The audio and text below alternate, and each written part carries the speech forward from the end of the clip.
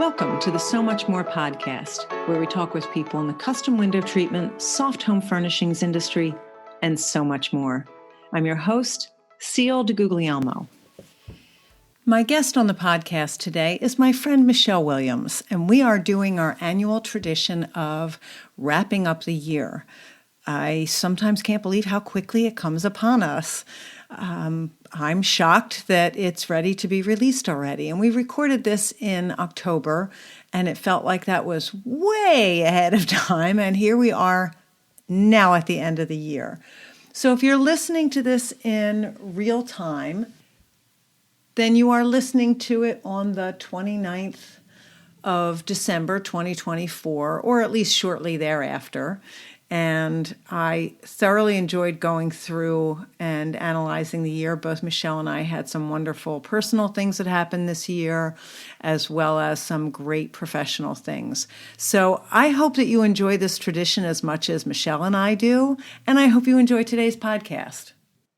Well, hello, Michele. How are you? I am doing great, Ciel. How about you? I'm great. You and I both look forward to this every year. And we've been told by our listeners that they look forward to it too. And it's our end of the year wrap up, which is just mind boggling to me. This year has flown by for me. I don't know about for you. Yeah, it really has flown by. It's funny. For some reason, last year feels like such a clear year in my mind. We had a wedding, a trip to Alaska. Those were separate events. we had a family wedding of our oldest son, and then we had a trip to Alaska, and then we renovated some portion of our home, our kitchen area. And then this year we kicked the year off with renovating the family space and some other things. But this year, because we've had some exciting news, but this year we didn't have big events that we were trying to get to. It was more of a relaxed, because we'd had, multiple weddings and everything happening for a couple of years there, and cancer and all the things. This year just kind of felt like it was, I'm not going to say coast, because we didn't, it just felt more of just a relaxed year. And so now when I look back, it's almost like I cannot believe we're at the end of this year. Right. And I think it's an interesting dichotomy. When you have a big event or things that you're working on in your life, it does kind of define the year differently, because we just had a wedding, but it also takes up a lot of your time and takes your time differently. So it's still, we had a wedding this year. And so I'm still kind of feeling like, we're recording this at the end of October. Like, how is this possible that we're at the end of October already? I know. So yeah, I feel like the year is pretty clear to me, but it did go by pretty quickly. Yeah, I would agree with that. I'm kind of ready for it to be done. Yeah, I am too. From a political standpoint, I'm ready for us to be, by the time this comes out, hopefully things will be in a good place for our country. But right now it just feels weighty, and I'm just like ready to be done with that. My husband and I were saying if it wasn't for DVR, we wouldn't watch any television at all, because the commercials have just like overwhelmed us. And at a time, I watched a lot less television this year. It was actually literally one of my goals, was to watch less. Not because I felt like I watched too much. It just distracted me. I would turn on the news in the morning while I was getting ready and doing things. And I realized like it took me longer to get ready because I kept stopping to watch television. So, and that having been said, I DVR'd a lot of things so that I could zip through it and go, yeah, I don't care about that. Yeah, I don't care about that. But I also feel like I've been very careful most of my life to say, I don't want to rush through this. I want to make sure we're still enjoying this. I want to make sure, all of the above.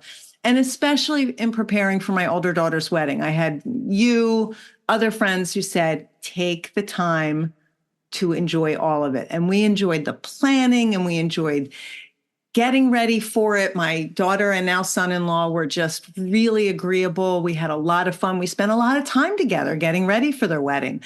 And the day of, I kept reminding myself, be in the moment. Don't worry about that. That's a minor thing. That's not anything to get upset about. You and I already talked about this.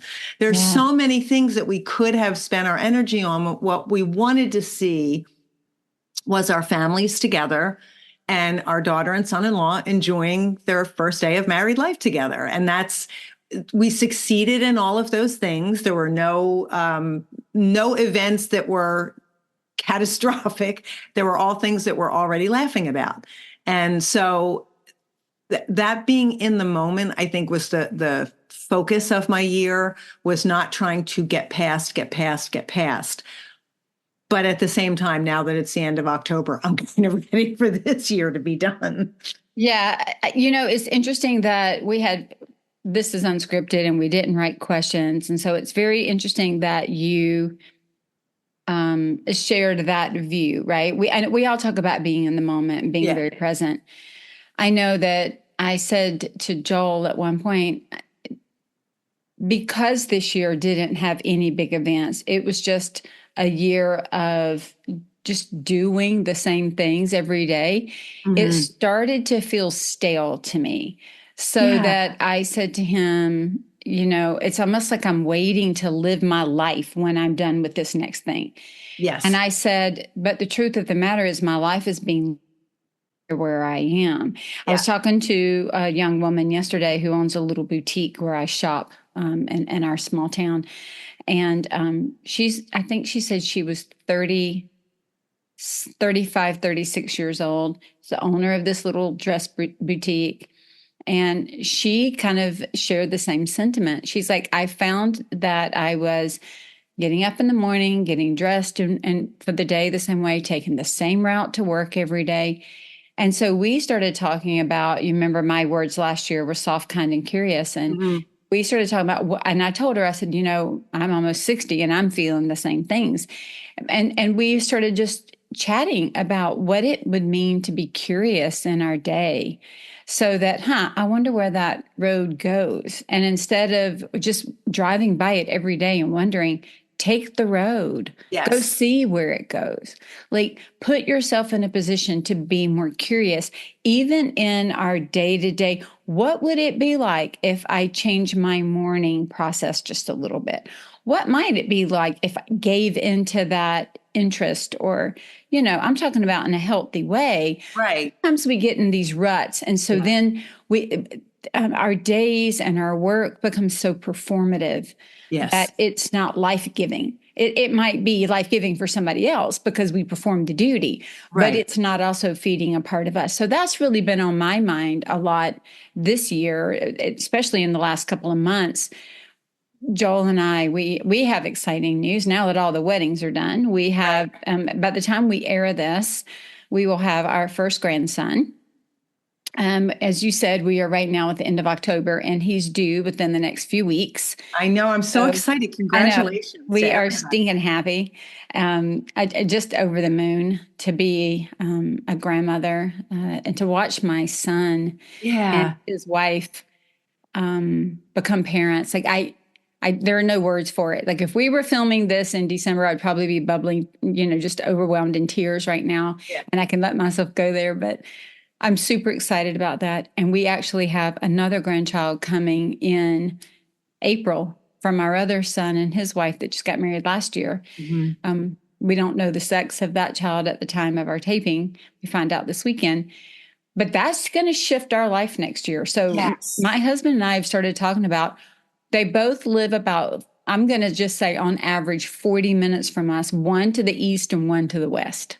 So they're not in the same area. They're about an hour and a half from each other, but about 40 minutes. We're like right in the middle of the two of them. Okay. And so what do we want our life to look like to be able to see our grandchildren? So, we're not expecting them to come to us all the time. We know our lives and the rhythms of our life are going to shift. Mm-hmm. And we want to create time to be present with our grandchildren and with their families, knowing that this is ushering in that new era. Okay, at the same time, I kind of think I mentioned it last year, Joel's parents are inching towards 90 and my parents are inching towards 80. Mm-hmm. And so they are now to the point that they need help with some of the things that, even some things that we can't help with. We have to take our younger sons with us because it's heavier. The heavier lifting, the younger crowd we start pulling in. But we're now going we live in Georgia and they're all in South Carolina. We're finding ourselves going into South Carolina a little bit more, or with intentionality, to just help with some of these bigger projects that they need. And so our time is not just going to be our own in this next little bit. We recognize that. And so our conversation has been, in business and in life, how do we actually live it and do what we talk about it all the time?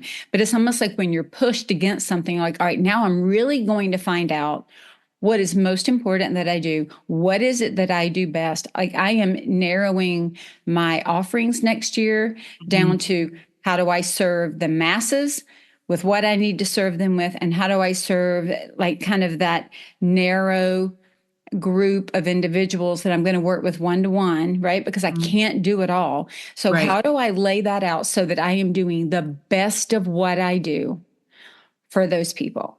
Right. And I'm looking at how I live my life. What is the best of what my time is? So we don't even watch TV as far as general TV. Now I can binge some Netflix. Like the good thing is I don't have any, we've been watching The Last Kingdom, which is an older one about, Europe and all. We're just like, we're speeding them right through, man. I can get through 5 seasons like nobody's business. Yes.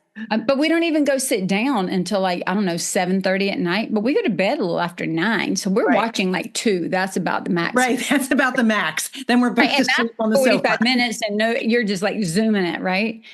But just finding those new rhythms. Yes. I feel like I am present, not just in the big moments like the marriages and I'm present every single day. I'm curious in my environment every single day, not just about the work, but about the work and about the other things that are surrounding me. Curious about the path in the backyard, curious about what my neighbor's doing, curious about where my best friends are right now, or what my parents might need, or do I just want to call and talk to them because I've got the ability to? Right, slowing down enough to see and partake of those things. Yeah. So it's interesting. You mentioned in one of your recent podcasts about looking at next year and talking about making the time in your life to be sure that you can be present and be the grandmother that you want to be. Yeah. You have a name picked out already, don't you? I do. Do you want to share it? Yeah, I don't care. So my family nickname since I've been a little girl has been Shell Bell. So half of Michele, the shell part, with Bell on the end, good Southern, right there at the end, Shell Bell. And so we're going to go with Bell. I love that. I love that. So we're just going to go with Bell because that's generally what I'm called anyway. Right. And my husband has chosen to go with Pop. Okay. Now, the truth of the matter is, and as any good grandparent will tell you, your name will be whatever that child calls you. Yes. But we are, and I get it. But as a point, this is what's so interesting. Some have said, well, why don't you just let that child call you Shell Bell? Well, because I understand how children speak. And the sh sound is not a first sound. The first sounds are ba, ha, ma, na, da. Hard sounds. I'm choosing a name with a hard sound because it'll be one of the first ones they can say. Exactly. That's why I do that. Because my mother was going to be Grammy. Well, they can't get the gra out. So she became Mimi because that's what they could handle. Yes. And so I just cut the shell part out because I knew they might be able to do that when they're older, but when they're younger, they are not going to be able to get to that. So Bell is quick, it's fast, and I'll know it because I'm used to answering to it. Exactly. Have you seen the YouTube video where the grandmothers go shopping for their name? No. It's priceless. You'll have to look it up. If I can find a link, I'll send it to you. But it's like they're at a jewelry counter and the salesperson is opening boxes with necklaces and they have either Nana or Grammy or whatever. And the woman is envisioning what that name connotates to her. And of course, one is an old lady with an Afghan and she's knitting. She's like, no, that one's not for me. And one of them is Glama and she's got the wind blowing through her hair. It's hilarious. And then a woman comes in, she's got a little box. She goes, I'd like to return this name. It doesn't fit me. It's so well done. I'll look it up. Well, I've already bought myself a sweatshirt with Bell on it, established 2024. But for now, I'm going with Bell. That's what we're going to be. There you go. Yeah. Michelle, it's interesting to me how often things come up, and you talked about the waiting. And I know that for a lot of us, it's I'll wait till I lose weight before I do this. I'll wait till my kids get out of school before I do this. And I think especially as women, we spend a lot of time waiting because our job is to manage our families and our Yeah. households and everything else. Life And and success is out there. So yes. right. Right, as opposed to being happy in this moment. And you and I were talking about the fact that I had gotten a lot of advice about taking the moments around my daughter's wedding to make sure that I was enjoying it. We unfortunately started our year on a terrible note. One of our nieces died very unexpectedly and very suddenly of pancreatitis. And she had 5 children, she and my nephew, and the youngest is 11. And to watch them lose their mother, who was she was one of those moms that I'm glad that she didn't have children when my children were little because she put me to shame. Just everything was about her kids and she did everything for them. And watching them process their grief and watching them try to find what their new normal was. And we just kept saying we have Christmas Eve at our house and everyone in my sister-in-law's family was here. And we remembered to take a picture, which doesn't always happen. And just less than a week later, she was gone. And it was one of those reminders that, like, had I been bustling off and not taking care of things, I might have not taken that moment to take that group picture. And let me tell you, we were all jammed onto our furniture. We don't fit on that furniture. People were on the floor, they were standing. And it's just such a precious gift to me to have that photograph that we're all in. And a reminder that this is it, this moment, this time. And you and I have talked about this many times on the podcast about moments like these reminding us and getting a cancer diagnosis and saying, I don't know what the future is going to look like. And why are we waiting? What are we waiting for? Yeah. And so I think that reminder about which path am I taking? I remember taking a walk with one of my girlfriends, and she said, it's a park that we walk at frequently. She said, can we go in the other direction today? I said, that's a great idea. And it looked like a different park. Yeah. It's fun. It's funny. I go to Pilates. That's one of my outlets. And I make myself go to different reformers and different sides of the studio because our studio has reformers on the left, reformers, because I found myself going to the same reformer all the time. We all do that. Same one because it felt very comfortable. Yep. And I realized that I actually responded to my environment differently, to the cues differently, to the work differently when I put myself in a different place and position. And so now when I walk in every day, it's funny, I think I mentioned this last year too, the Pilates instructor, one of my favorites, she always says, let's honor and work with the body that you walked in here with today. And so in other words, I'm not forcing my body to do something that it's just not capable of doing today, but am I having a knee problem today or a shoulder? How do I love myself and my body enough that I'm careful around those things? And so when I walk into the studio every day, I ask myself, what looks like a good reformer to work out on today? Okay. Do I want to be towards the front of the studio or towards the back of the studio? There are 12 reformers. I think that's right. Like 6 or 8 on each side. Like, where do I want to be here? And just that change in view has opened up so much for me. I'll tell you something else that I thought about when you mentioned the whole, have I done all these things? Am I getting it done? What does success look like? Part of the other kind of, I'm going to say, intentionality that has come to my attention over the last, I would say probably month, has been not only that, how am I being present in the right now? How can I be curious, like trying different reformers, going on a different path, trying something a little different? What if the process was changed? Like, this is life and business, right? But the second reminder is that we are becoming who we want to become as people, as business owners, the business itself, based on the habits and the things that we're doing today. Yes. And so it goes back to that book. I think I blew it up and talked about it so much in 2019, Atomic Habits. Yes, you and I both are a big fan of that years ago. And it's that same concept that to become who we say we want to become or are in the process of becoming as a business owner, as a human, whatever that role or whatever might look like, it is accomplished based on the habits that the work that we're doing today, those small steps. It's the compounding effect of all of the small things. And so I've really been asking myself the question lately of, okay, so what is the life that I want to have? How do I want to feel in that time and in that space?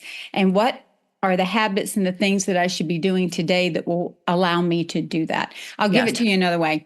So when my boys, and I've shared this on the podcast years ago, when they were both around the 8th, 9th grade, and they were getting ready to enter all those high school years where everything, some of the stuff shows up in 8th grade, but where it all starts to, I'm going to put air quotes, matter on this transcript that's going to get them in college. We sat down and identified 3 or 4 schools that they wanted the opportunity to submit an application to go to. So what are those schools? What is the minimum requirement to get in at those colleges? And then we built a poster, and we took the most rigorous requirements from each one of them, right? Because if you missed one of the requirements, you couldn't go there. But they didn't all have the same rigorous requirements. Some had more language-based things that needed. Some were more labs with science or whatever, some level of math. But we took the most rigorous of the 4 and said, this is how we're going to build your high school schedule. So that if we build it like this, right, if these are the courses that you aim to take and you do well in, you will have the ability to apply to any of those colleges. But if we just chose one and only went after that one and gave ourselves no space, and you missed it, or you now 3 years in want to go over here, but you can't get enough of the courses, you're stuck. So it's that, what do you want to do? And then how do we stack our habits and build a strategy that gets us there? I've been pounding on strategy this year. I started a new offer, CFO to Go. Well, it has been amazing. Like I've sold so many of them, which actually just means I've been able to impact so many businesses to help them fully understand their financials. And the results are amazing because people walk away going, oh, that's how I look at numbers to make decisions. Yes, that's how you do it. Okay.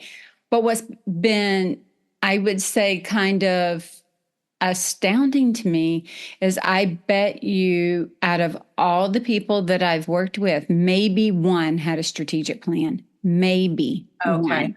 And I'm talking 30 people and maybe one had a strategic plan. Okay. That's a very, very, very low percentage. And so what that tells me is that a lot of people are out here working, doing the day to day, and they haven't tied it to anything. That's the equivalent of going to college and just taking a bunch of courses for 4 years and then wondering why you didn't graduate. Right. Or sending out applications and wondering why you didn't get accepted. Why you not get accepted? Well, because you didn't do all the work that was necessary. Like we're not working towards something. We're just kind of showing up. And that leads to the feeling of, and this has been for me too. I've got to update my strategic plan. I realized I'd accomplished everything in my plan. I haven't written the next version. So now I'm updating the next 3 to 5 years of my plan.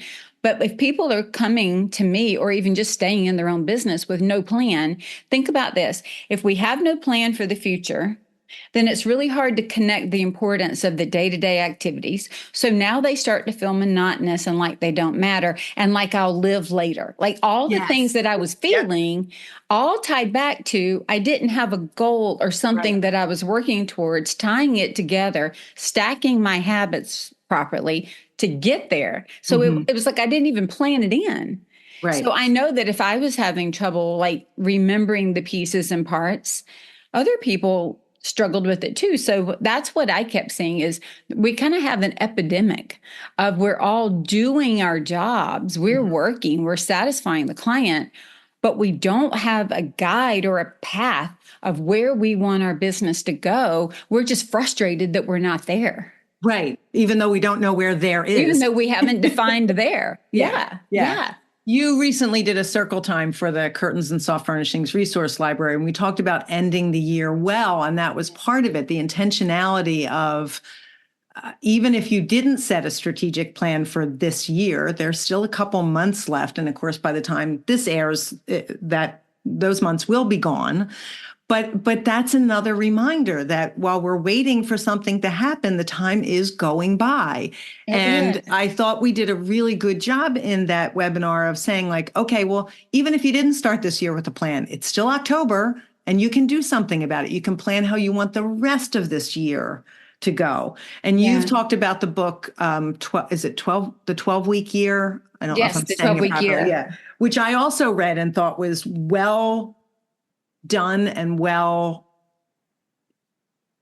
isn't the word I'm looking for. I could relate to it and incorporate it. Yeah, it was easy to implement. It was not, it's very similar to Traction, you know, the book Traction that everybody talks about. It came out, or at least it came into my life prior to Traction. Mm-hmm. But it's all the same stuff. What it's really doing is saying, tell me where you want to be at the end of the year. Tell me where you need to be at the end of quarter 3 to start quarter 4 for that to happen. So then where do we need to be at quarter 2 for quarter 3? And what do we need to have done in quarter 1 so that we can do what we need to do in quarter 2? Well, then the whole thing is tell me where you want to be in year 3. All right, well then what do we need to have done by year 2? What do we need to have done? It's just thinking. You want to graduate in 4 years? All right, how do we back that up? You want to get married on this date? All right, here are all the things that need to happen. How do we back that up? You know, you want to install these window treatments on this day. How do we back it up? You want to install an entire home of furniture and have the whole house built by this date. How do we back it up? We are doing this exercise all the time. Right. We are getting ready to have another family wedding next weekend. And we are hosting some of Joel's family here at our house. And it's a week out. And I have already started asking who can eat what, who's going to be here when, what rooms need to be cleaned. How do I back up my timeline for the things that I need to do to have my home prepared for them to come in for this wedding? That same thing is the same type of thinking and work that we need to put into our businesses. And so many don't do it. They put their energy towards getting the business started or working on one little process or on one little thing. And I get it. There's a time for that really intense focus. But if we don't have this overarching idea of what we're doing and where we're going and how we're going to get there, then it can start to feel like even the daily work doesn't matter because it doesn't have something that it's hinged to. It's not tied to something. That's where purpose is kind of created, and that it's tied to something. Yeah. So it's interesting, Michele, because we've talked a little bit about, you know, the idea of setting these goals and reverse engineering and how do we get there. And at the beginning of this year, we were with some friends who are a little bit older than us, and they were talking about what they do to take care of themselves. And you have your friend Barbie, I have my friend Dawn. And Dawn's mom had said to me, she said it to the two of us many years ago, 10 years from now, you'll wish you looked like you do now. And I really took that to heart as instead of worrying about what I think is wrong with how I look or how I feel or what I weigh, like 10 years from now, this is going to look pretty good. So what am I doing? But what am I doing to take care of it? And Bill and I really made a commitment to exercising and taking better care of ourselves because we hope to have grandchildren someday. And we'd like to be able to get down on the floor and play with them and not be the old grandparents. And the mobility, like you do Pilates, I'm doing several different things. And I noticed that for me to start, I mean, I was a runner, but it was haphazard. Like, am I going to run today? Now run tomorrow. Now I've made it so that I exercise almost every day. And if I don't, it's because something interfered that was literally more important. And it's not an hour every day, it's some time. And by making that part of my daily routine, it sets up the rest of the day for me. And I know a lot of people who are solopreneurs have joked around about, well, if I had a boss, I might be a little bit more productive because there's nobody watching over us. If we don't get things done, there's tomorrow. Or if we don't get things done, no one is impacted but us. But you and I both run businesses that people are impacted. And actually, so does everybody who's listening to this. Because as you said, there are things we do in our businesses that we think about, we don't even think about. But yet in the planning of our businesses, we don't necessarily put those tasks and skills and habits into effect. And I found that by making exercise and taking better care of myself part of my regular routine, it doesn't get stale because I do different things. I walk, we have a tonal that we use, all of those things. But it's not boring because it's something different all the time. But it's a habit to take better care of ourselves. So yesterday in our Designers Inner Circle coaching group, we talked about habits. And years ago, I remember Janelle Deck talking about habit stacking, and Atomic Habits, he talks about habit stacking. We were looking at the how long it takes to form a habit. It can be anywhere from 18 days to like 600 days. Like it's like some Depends crazy on the habit. based on the habit. But I challenged my group and myself to really think about what are the habits that the future you needs you to put in place so that you can attain the future you, whether, again, it's business or anything else, kind of what you're talking about. I'm going to look back and go, oh my gosh, how cute I was 10 years ago. Why am I worried about it, right?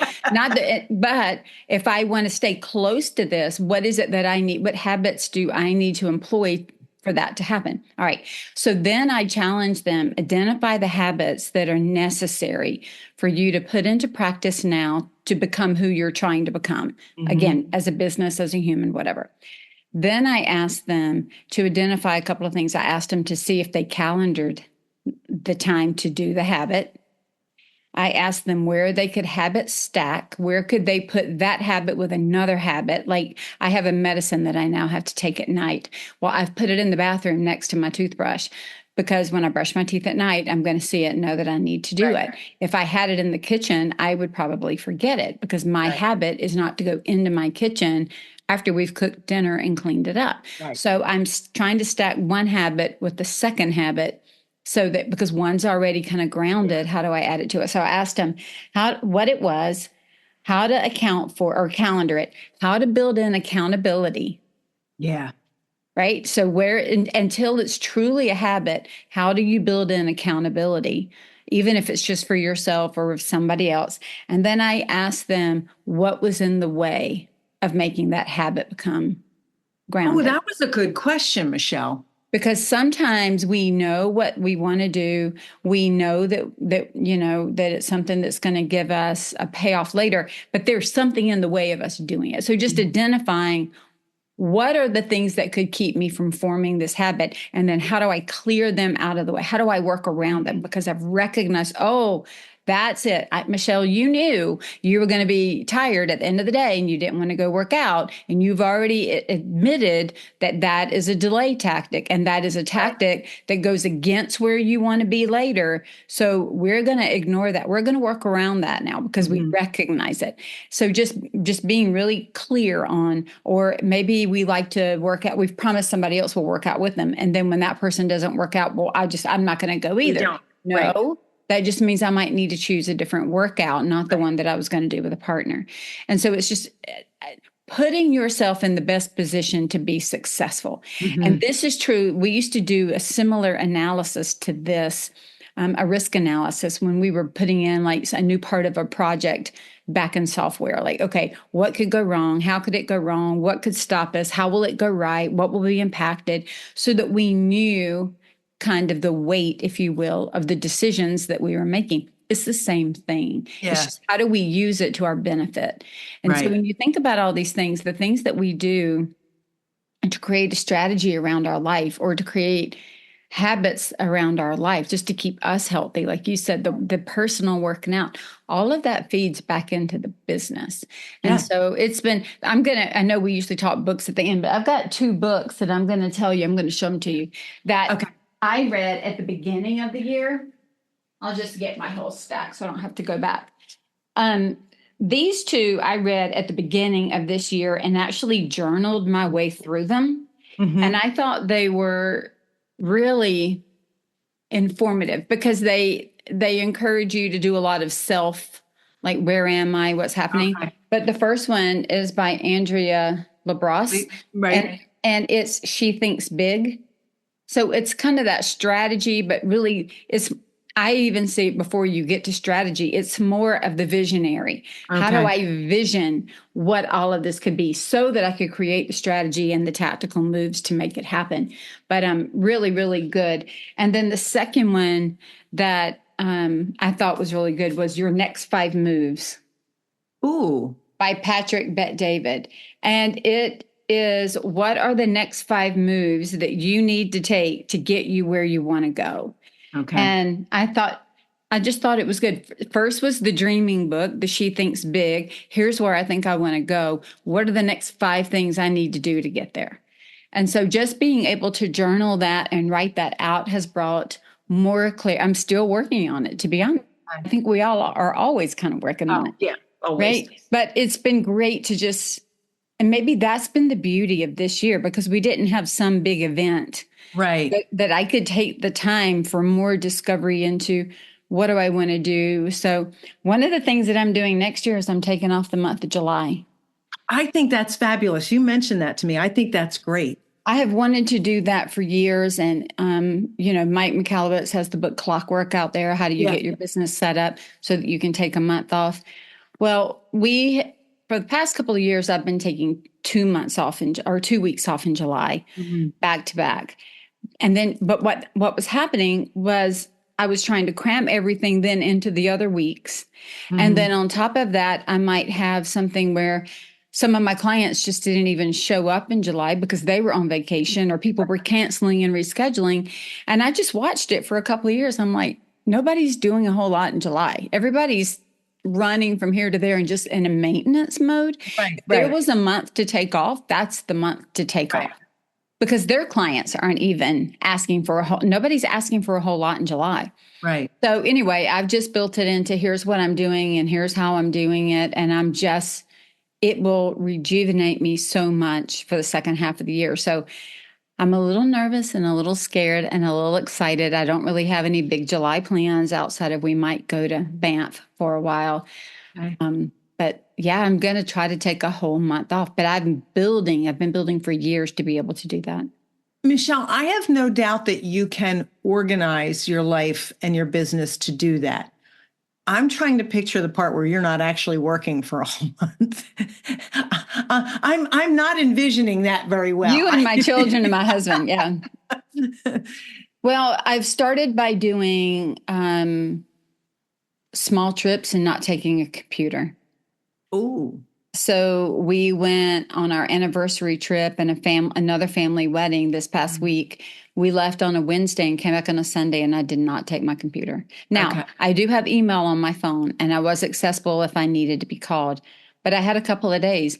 So I'm easing into it. When I say I'm not going to work, I'm not saying I might not check emails or whatever might make me happy, but I'm not doing any coaching. I'm not doing any education. I'm not demanding of myself to continue showing up and giving that month to others. I'm going to give to myself that month. Mm-hmm. I know that we've talked about self-care and taking care of yourself and being able to put your own mask on before you do it for others. I think that it's especially important for the people who are listening because of the type of services that they offer in their businesses, as well as for business owners like yourself and me, because we're always giving of ourselves. And so if we don't take some time where we are not, then it does. It was interesting to me. There was a period of time where I was always checking my email in the evening, because a lot of members of the library, that is when they're using the library, because they're fabricating or measuring or installing during the day. And there would be times when I would look at my email and then I'd be annoyed because somebody needed something. Well, if I didn't look at my email, I wouldn't know. And so I belong to a membership platform that talks about how to run memberships. And one of the things I needed to do that I haven't quite implemented yet is setting up hours that the librarian is available. And just because someone takes the time to email me doesn't mean I need to email them at 10 o'clock at night. I shouldn't be looking at my email at 10 o'clock at night. Sometimes people are like, well, this is when I'm looking. This is when I have my question. And it's not a text. So it's email. I don't have Right. to look at it. Right. Absolutely. And I also think that the beautiful thing with even just the freedom that we have to choose our hours is sometimes, like when I was a young mom with little kids, I had to work nights Yeah. because I was mom during the day, right? Yes. So my day was laid out very differently than it is now.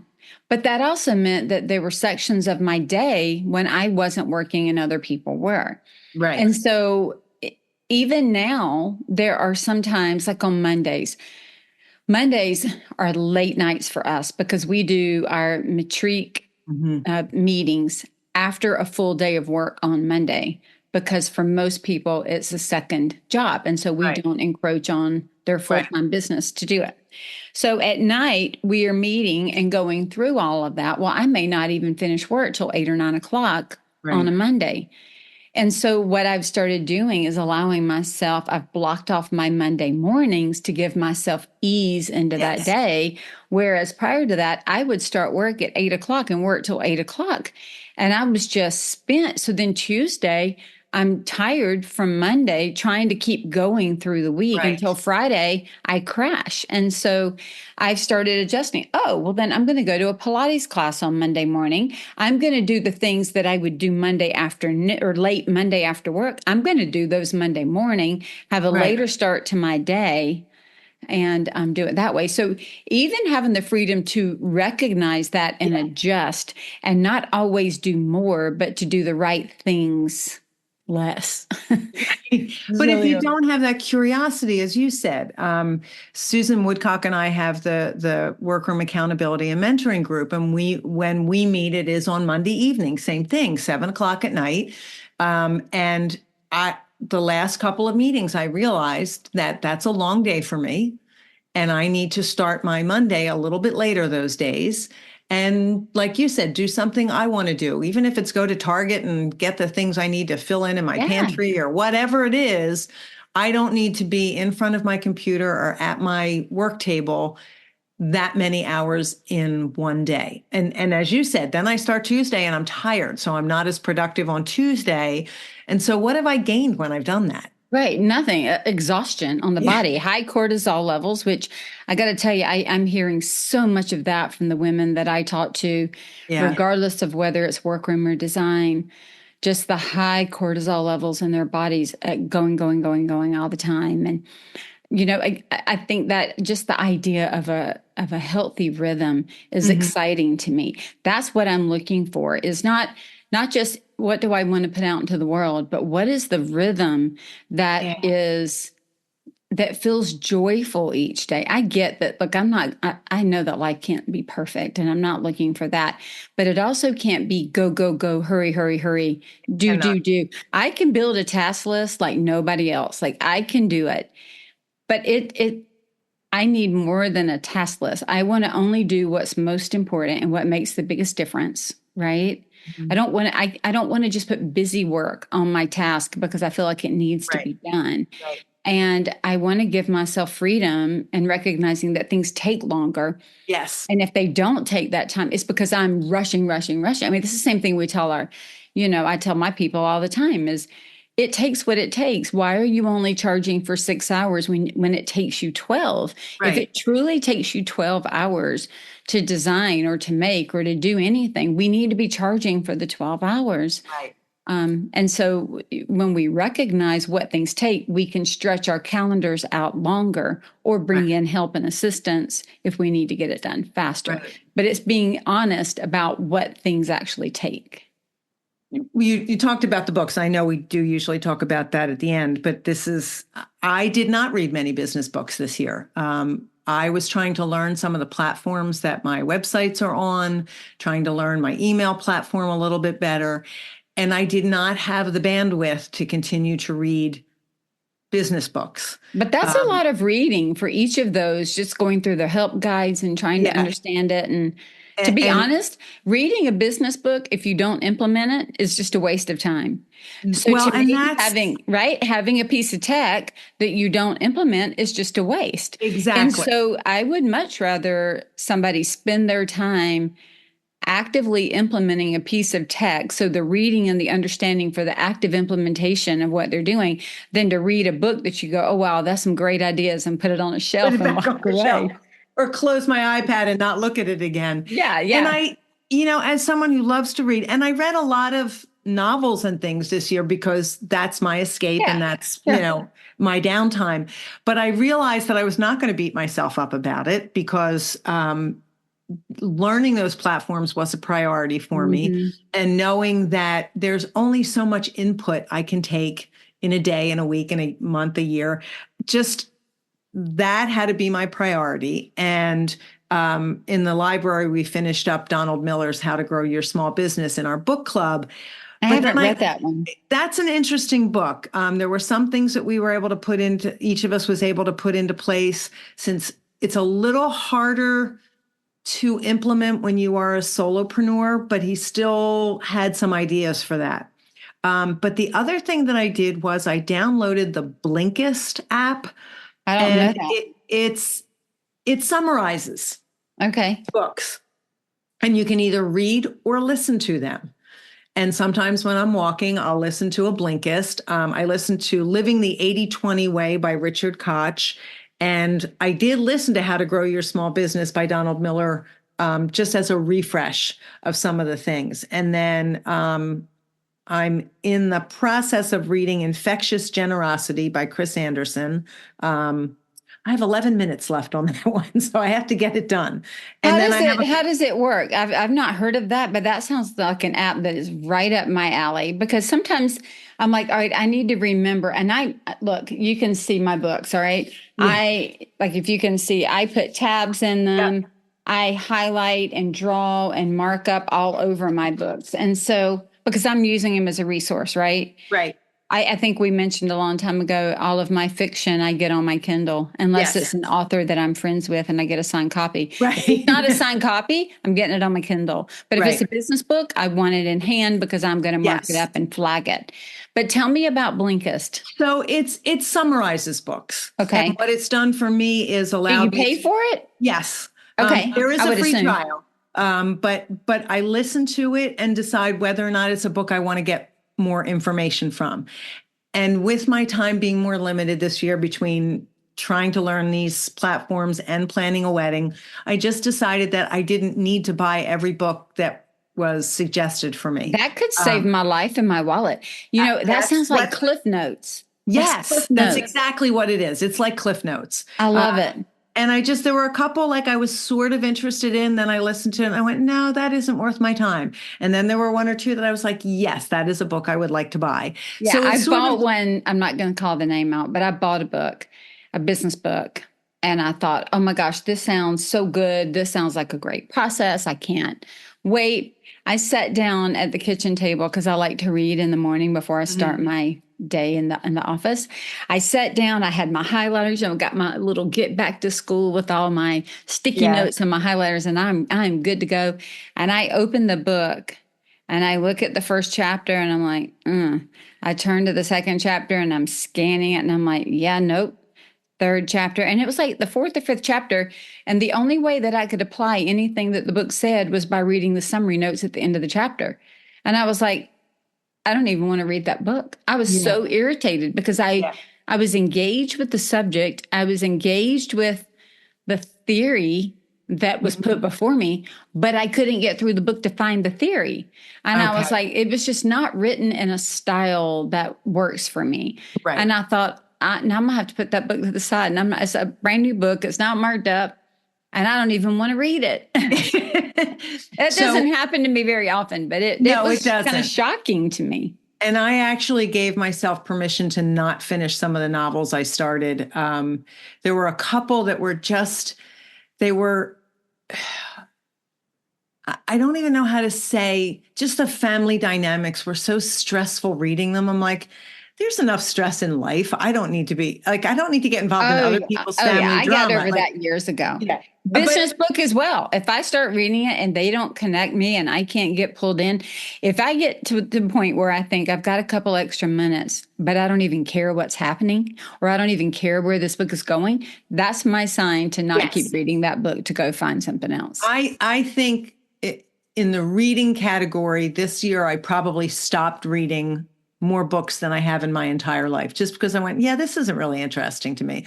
If I'm going to give up my time, I want to be either learning something or enjoying the process of reading. It has to be entertaining for me. And there were a couple that are like, yeah, this is too close to real life. This is not entertaining to me. This is not escaping. No. So let me ask you this. If you were to look back over this year, did you have any, outside of the wedding, right? But from a business perspective, what would you say your high was? I think it was managing the way the library operates and continuing to make it feel like it's a small community when in fact it's not a small community. We have thousands of members, but it was always my goal to make sure people felt like they belonged there and that they were welcome there. And I've been able to interact with people on a one-on-one basis without it taking up a whole lot of time. The forum has grown tremendously, and that's not just me, that's people inside the forum answering questions. Yes. So it's a community-based thing, and I shouldn't be the one answering all the questions. I've said this many times. I'm not the world's best fabricator. There's some really awesome fabricators and business owners in this library group, and they were answering the questions. So the engagement there, and the library has grown even more in the past year. People have joined and made it part of their business support.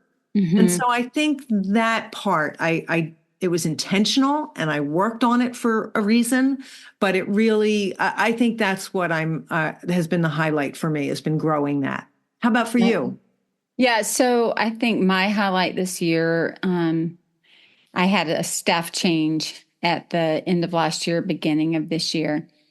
And I have just been, it's funny, Kelsey, who used to work with me, now works, I would say, parallel to me. She's a bookkeeper now. So I'm able to recommend her and send people to her. But we worked together for 3 years. Right. And she came to me at the end of last year and she's like, I really feel like I want to take my business in a different direction. And I was like, then I'll support you. Let's go do it. Yeah. But, when you lose that right-hand person, it's jolting. And I was so blessed to find Courtney, who's with me now. We've been together almost, well, I guess it'll be a year in January. Okay. And to have her bring her skill set and to work with Kelsey and I at the beginning, and then to work alongside me, she's very much a marketing brain, very strategic. And what do you say? How do you say it? How do you put yourself out there? She's like, I'm tired of you being the best kept secret. And, that Kelsey and I, marketing wasn't our favorite thing at all. For Courtney, it very much is. But she has a skill set to balance mine. And I have deep respect for her and have grown to just like adore her so quickly. That to me has been a highlight, to work with people that when you're no longer working with them, you're actually still really good friends and you can support them in the business that they're growing. I have found this year that there are many young women that I believe God has placed in my life. I've got 2 daughter-in-laws that are both, right around that 28 to 30 year mark. And then I have 4 women that I work with in some capacity that are all in that same age range, from like 28 to 34. And I mean, when I tell you I'm covered up with women in that age range, and many of them all have their own independent businesses working together in collaboration. And to see that age group, this kind of group coming behind us, to see them owning their own businesses, working it out, figuring out what they want their life to look like, but being very intentional with their business moves and very collaborative with others. It so excites me, Seal, because in my mind, when I'm looking at my last years in business, and not that I'm going to retire tomorrow, because I'm not. It could be 5 years, it could be 10 years. I don't know. I don't plan to run my business at the level that it's at forever, right? It's a very high level. I don't plan to do that forever. But what I'm looking at is, how do I impact the people walking behind me so that they have what I know and what I have to offer, that I have thoroughly given all of that out before I decide to go do something else. Right. I don't want to walk away or die or get pulled out of this without having an opportunity to give to the people that are primarily these young women who are walking a business path behind ours. I want to pull them up. I want to pull them ahead. This is what I wish I knew. Like the access that they have. You know, you were talking about the library when it used to be the CHF Forum. It saved my life. In 2002, 2003, when I found it, I didn't even know that I was a workroom. I mean, it saved me. Right. It saved me so much that at one point we went in and, you know, helped survive this, to help the schools survive so that we could keep everything moving and going. And I put my own money into doing all that. And so just knowing that that library exists in a new and updated form and people can get that information. I mean, the archives over there is not a body of work anywhere like it, just nowhere like it. But the people walking in today have the access to all of that. We were building all of that. Yes. You know what I mean? 20 years ago, we had no idea where to find it. Yeah, we were building it 20 years ago because we couldn't find it. We were sitting at the Barnes and Noble scrolling through a book. Yep. And so just that giving of information, that is so where my heart is let me tell you, do it better than we did it. We didn't have it and we figured it out. And there's nothing wrong with a school of hard knocks, but why are you making yourself get knocked around if we can give it to you faster? Let's give it to you. Let us give it to you. So that's a high for me is seeing these young business women in all walks of life saying we want to know and understand. We are going to honor the path that the women ahead of us have taken, and we want to learn from that and then add in the new. And I just think it's a beautiful thing. It actually makes me more excited about retiring when I do, because I'm seeing the torch carried behind me, as opposed to being fearful that something hasn't been given out, if that makes sense. It's interesting because when I had the opportunity to interview Kitty Stein, who wrote Price Your Work with Confidence and who you obviously know well, she had moved on from this industry and was retired and enjoying herself and she loved what she did when she did it. She had a different life at that time. And I remembered thinking, what we do is so all-encompassing all the time. It was hard for me to imagine wanting to do something different. Yes. And as you said, your life is going to change with 2 grandchildren. My husband and I have started talking about, all right, what is retirement going to look like for us? I don't plan to retire in the next year or 2, but I'm a little bit older than you are. So, you know, my Beatles, will you still need me? Will you still feed me at 64 is now about to become passé. Yeah. And I'm pretty sure my Medicare card is in the mail. But I can't imagine not doing this to some degree. I like that I can do the library work from almost anywhere. I love that in seeing the newer, younger people coming in, they have a different mindset than some of us did when we got started. Some of them they know they can be a business. Yes. Many of us didn't know what and how. No, we were just making a few bucks. They have that. Yeah, yes. We were just looking for some grocery money or fun money. They're coming in going, I'm making this an entire career. And it's different. I loved seeing the new younger faces at CWC. When you look around, you don't know who everyone is. Yes. That's a great sign. And with all due respect to women my age, it was lovely to see younger faces, because it means that it's not dying out. Our industry is not dying out, that there's still people who know they can make a living from it, that there have been enough generous people who have the knowledge and are willing to share it, that we can pull those people up behind us. And I think that's, if there's a legacy to be had, then that I think is really something to look towards. Like, what can I leave behind that will make life easier for other people so they don't have to have those hard knocks? So I'm going to say this, making money is important. I mean, Absolutely. I will tell you, I think one of the things that made it easier for Kitty to walk away and to go have a different life was she had written that book that it is still in our industry, Price Your Work with Confidence. And then I know I actually sat down at Northfield and had a conversation with her. We were out in the little kind of back little garden area. And she said to me then, at that point, of course, I didn't have Matrique. I was teaching. Right. And she said to me, I feel comfortable with you carrying on the work of teaching pricing and profitability and the numbers. I feel good with that. You are carrying on the next part of it. And I feel good that she's written a book and I've built software. And so, it's kind of like, all right, so what's the person behind me going to do? Who loves this industry enough to stay focused on it? Kitty sold the book to Ann Johnson. If somebody wants to come buy my tree, give me a call. Everything's for sale at some point. But no, seriously. And then think about how it could grow into the next thing. Right. You see the progression. And what's so beautiful about that is we don't all have to do, like each of us doesn't have to do the whole thing. It's almost like we're running this race and we're handed the baton to the next person. And I'm looking for that person, just like everybody else. Who can I hand this baton to that's going to love the industry and who's going to love people? And I may not find them for 10 years. That's okay. But I'm keeping my eyes open to what could this be. I'm thinking more now, like I said, money's important. We got to have enough to run the business and be paid all day long. But now I am really focused on impact. What is the impact that I want my work, my legacy? What is the impact that I want it to have?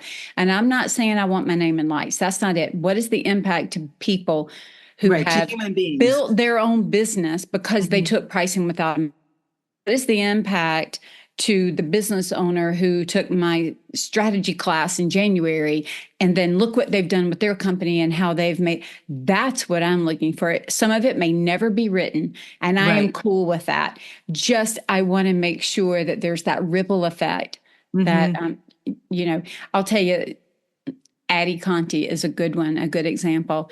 We worked together, over 10 years ago. It was probably 2015, maybe.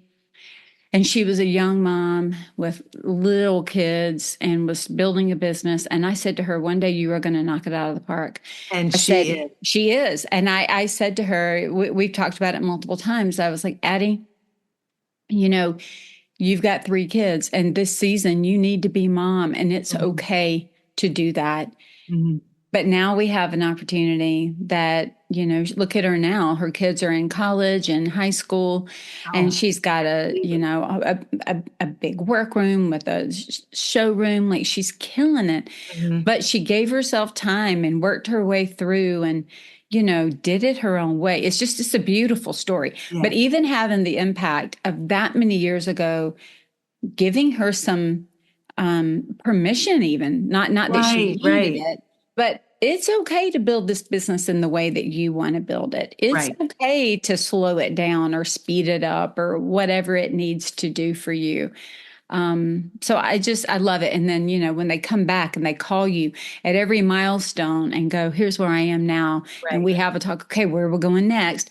But that very strategically planned to get where they want to go. It's a beautiful thing to watch.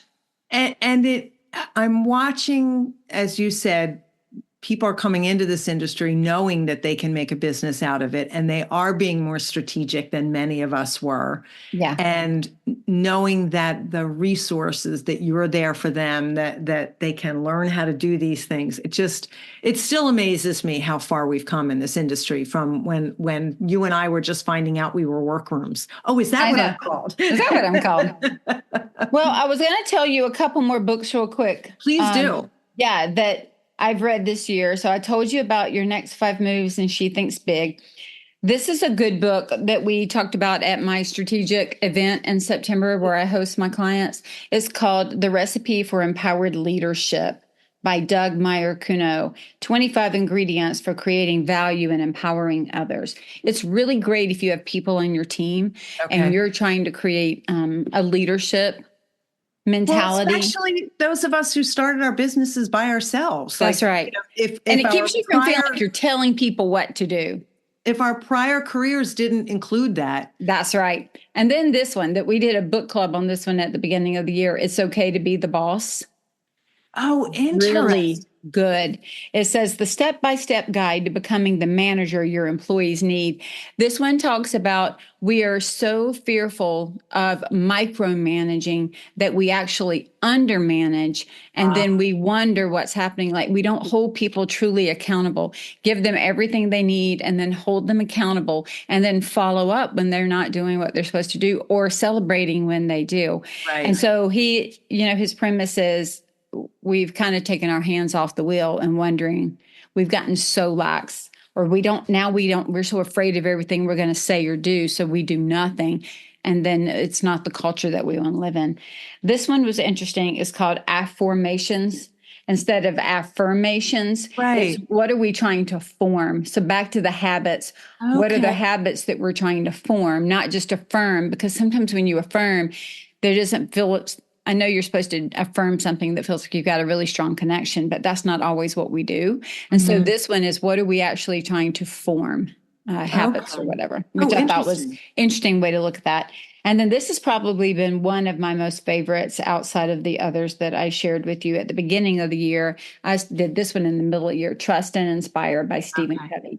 And it goes back to that leadership and how are we inspiring the people? Like real leaders inspire. They're not a leader because they're telling you what to do. It's not positional. It's not an authority. It's they're leading because they are inspiring you to follow them and to do what you need to do. And how Right. do we become better leaders in our communities and our families and in our work? So that's kind of been my focus for the last half of the year. Okay, I mentioned Blinkist. I will now look those books up if they're on Blinkist, and they probably are. I'll listen to a recap of them and Perfect. decide if it's something that I want to read going forward. And that's I've mentioned my friend Dawn before. She works on QVC as a guest host.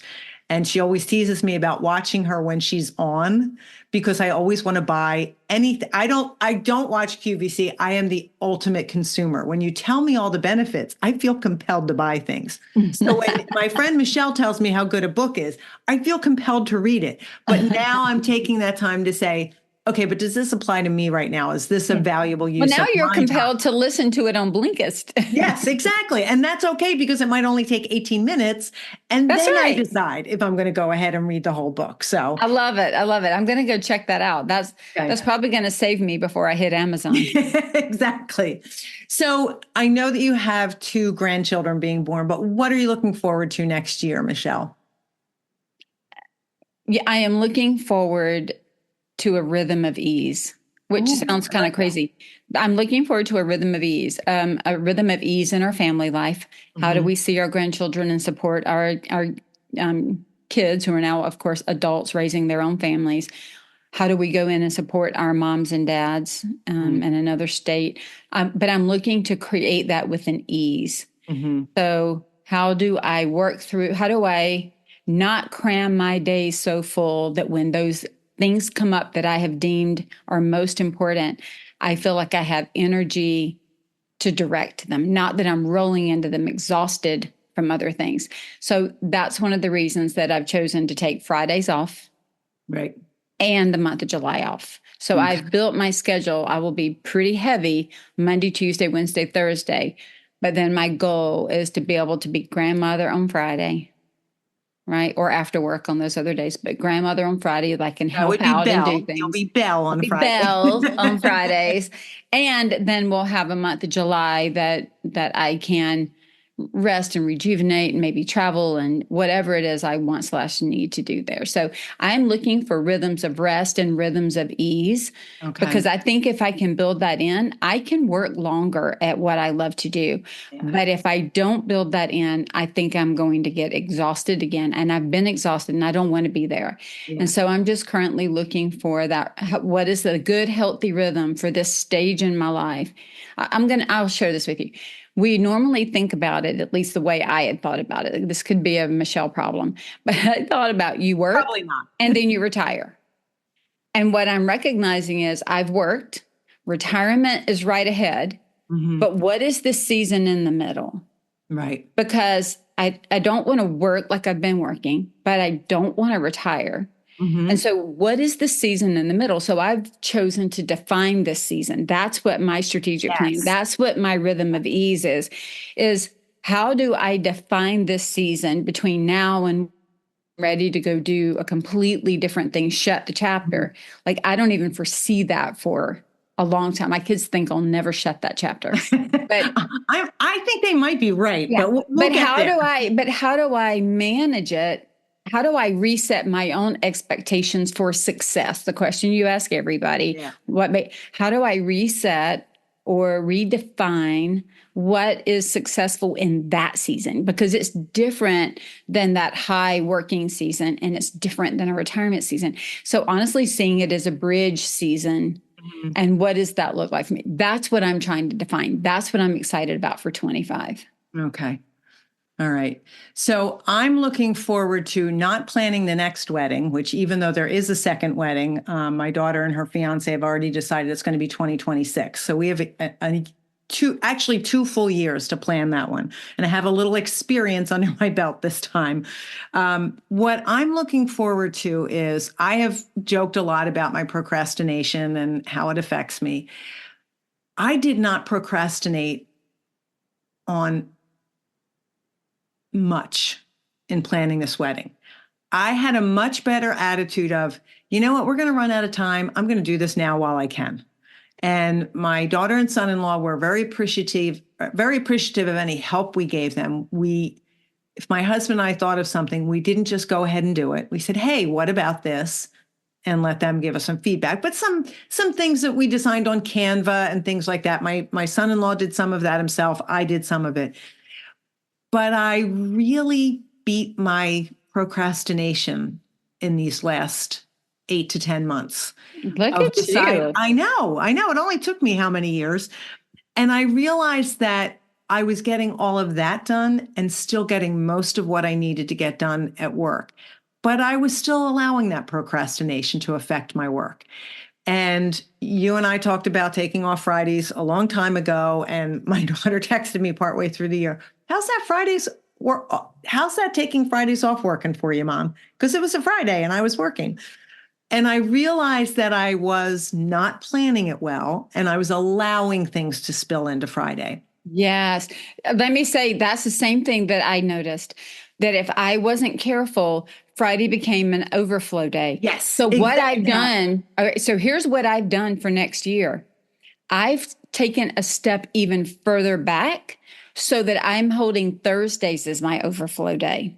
Oh, that's a good idea. So then my work has to get done face to face with clients Monday, Tuesday, Wednesday, because Thursday is an overflow so that I can have Friday off. So I had to shift the work and be super intentional about what goes on my calendar to be able to get that Friday. And for Friday to be off, I then would cram Monday through Thursday so full that I couldn't get everything done and had to do it. So now I'm only allowing Monday to Wednesday to be crammed so that Thursday can be the overflow so Friday can be off. I had the same problem, and that's how I've chosen to solve it. Yeah. So, or to try to solve it. We'll see. I'll let you know at the end of next year. My husband takes off on Fridays in July and most of August. And so I managed to do it those 2 months because then we try to do things together on Fridays. So the fact that I can manage to do it part of the year, but not the part of the year where it's on me to do it and I'm not being accountable to anybody else, I realized, and I've done pretty well in September and October, still a little bit of overflow, but I like that mindset. Thursday needs to be my overflow day. And I did a much better job of calendaring tasks so that they were done at a specific time. I'm a big Gretchen Rubin fan, and she says tasks that can be done anytime are never done. And so I create times when they have to be done. Schedule it. Yep. And that has worked much better for me. Still a few things I procrastinate on, but much better than I used to be. So for me, it's continuing to grow the library. Marketing has not been my strong point, and so I'm working on that right now. I purchased the Learn to Choose window coverings course from Linda Earlham, and I did get that new website up. It's easier to manage, and I've managed to connect it to the library so that people who purchase it can have a free year of the library where we have a forum and you can ask questions and get support. Linda, while she doesn't sell the course anymore, still answers questions within that forum. That's helpful. But yeah, focusing on those things. I got the website up, but I have not done much with the marketing with that. So that's a big goal for me for next year. So, and start the planning of the next wedding, but not too much because we have a whole 2 years. So I will say from a work perspective, one of the things that we've done this year at the end of the year, but we're going to do it all of next year, is I've been offering some of my educational courses with live coaching. So we just offered Pricing Without Emotion. No, you did. It was so good. Had great attendance teaching that and being able to ask questions and having a small community group. We're going to do another one in January and February on creating a strategic plan. So that strategy that I keep talking about, we're going to teach you how to create one and how to create objective and key results and key performance indicators, like how to create it and then how to manage it. Okay. So that we're doing in January, February. March and April, I'm going to be teaching Understanding Your Financials with live coaching, which is the one that comes behind Pricing Without Emotion. Understand the balance sheet. What am I looking at on the profit and loss? What is the cash flow document? What do they do? So that's going to be, what did I say, March and April. And then May and June is going to be Master Your Profit. So that's profit first. Understanding the strategy and how to implement it. And then in the fall, we'll go back and offer Pricing Without Emotion again next year. So those courses have been awesome. But I mean, people can take them on their own. But when you take it with live coaching with other people, it's like a whole different experience. No comparison. Yeah. So I'm excited because it's another way for me to do that without having to do the travel to every different state and get 10 people to get, it's just so much easier. So I'm excited about that. That's awesome. Yeah. I know that the group of people that you have for the Pricing Without Emotion course, we're really excited about that. So I'm happy for them and for you that you can do it that way. Oh, I love teaching that class. It's so good. Michele, this is always so fun for me. It does. There are times when I realize I'm just plugging along, and when we're preparing for this, I kind of look back and go, "Okay, what did go on in my life this year?" And so, it's nice to be able to stop. It's stop to look back, because I think sometimes I'm just so busy, like we said, just doing or in the moment or just go forward. It goes back to the book I mentioned last year, The Gap and the Gain. Yeah. Really recognizing the gain from the end of last year to this year, and then the gap, the difference between where I am and where I'm going. Right. And holding those in equal tension so that you can celebrate the success, but celebrate the moving forward. And I think it's about taking the time to celebrate it. So thank you for helping us celebrate the year. Absolutely. Thank you, Michele. Take care. It is always a lot of fun for me to do this podcast with Michele. As I said, it really does give me a great chance to look back on the year. And I felt like a lot of my year was about planning my older daughter's wedding, but taking the time to look back and see a few of my other accomplishments really did help me out this year. And I really do look forward to catching up with Michele at the end of the year. Thank you so much for listening. I hope you have a great day.